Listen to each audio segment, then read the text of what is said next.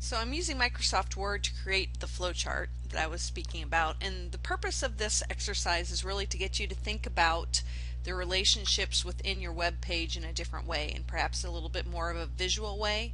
And this will become very important as you're working with JavaScript referring to items in the HTML, because you don't necessarily want to refer to every list item. For instance, you only want to deal with the list items that are in this particular list, and so you need to look at the relationships within a page so that you can specifically drill down to what it is that you're looking for.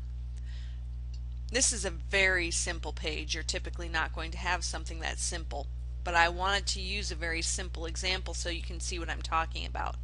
Your item is going to be, or your page is going to be, a lot more complex than this. So I have my head and my body, and these are the two main parts that I have going on. So if we look here inside of HTML, or excuse me, inside of the Microsoft Word, I went ahead and I changed the page layout to be the orientation, which is grayed out at this particular moment, but I changed it to be landscape so I have a little bit more room. Now coming off of this head, I can go ahead, and the only thing that is in here inside of the head, the only child of the head right now is the title, which is untitled, so I'm just going to say rubric 4, which for this semester that's what this is, and another semester it may be a little bit different. Okay, so I'm going to go ahead and I'm going to insert shapes, flowcharts, and I'm not really at this point in time particular about the shapes that you use. I just want to see that you're thinking accordingly. So title is the only child here. Right click, add text,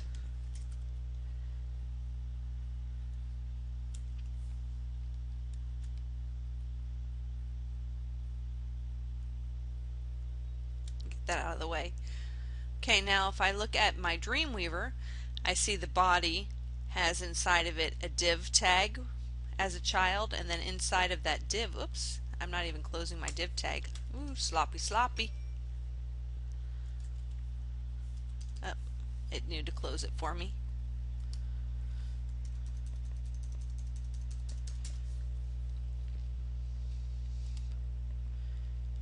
So I have a div tag in here. I'm going to go ahead and I'm going to insert my flowchart object.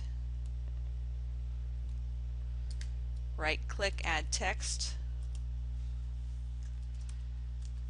And if I want to be more specific, I can say in here ID equals, and I believe I called it main.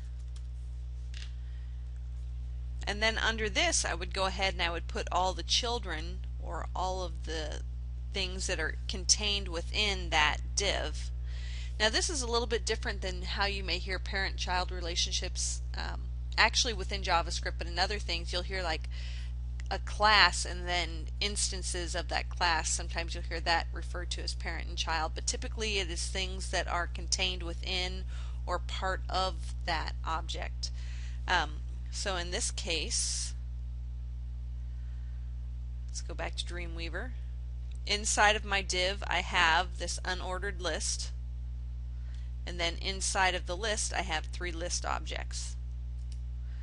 So I can go in here, insert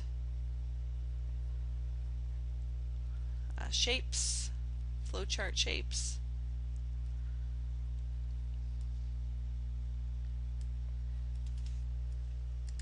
right click to add text,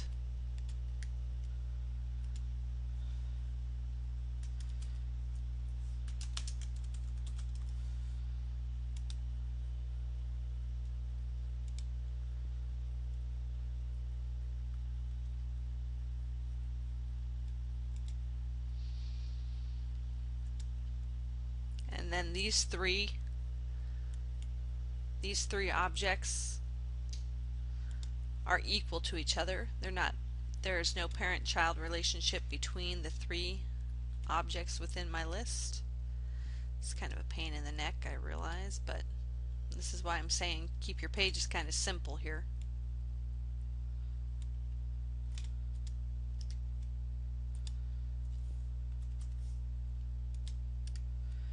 And I'm not necessarily even including the names. I'm not putting a bunch of information about these things.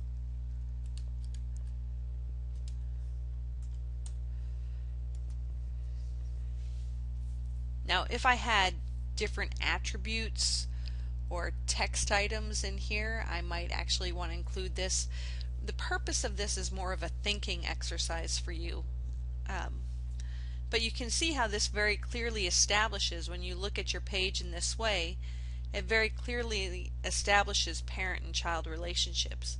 This list item is a child of this unordered list, which is a child of this div tag, which is a child of this body chart. Now, I can also go in here and put arrows if I wish.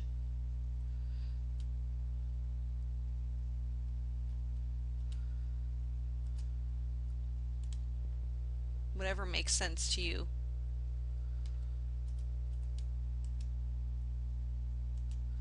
Suppose they were actually sitting there. I didn't have to.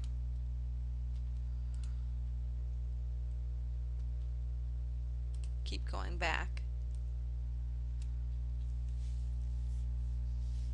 But this will hopefully help you to think about your web page in a more visual way, which is going to be important. You really need to understand these things as we move into the next step of actually applying what we know about the document object model to controlling elements on our web page.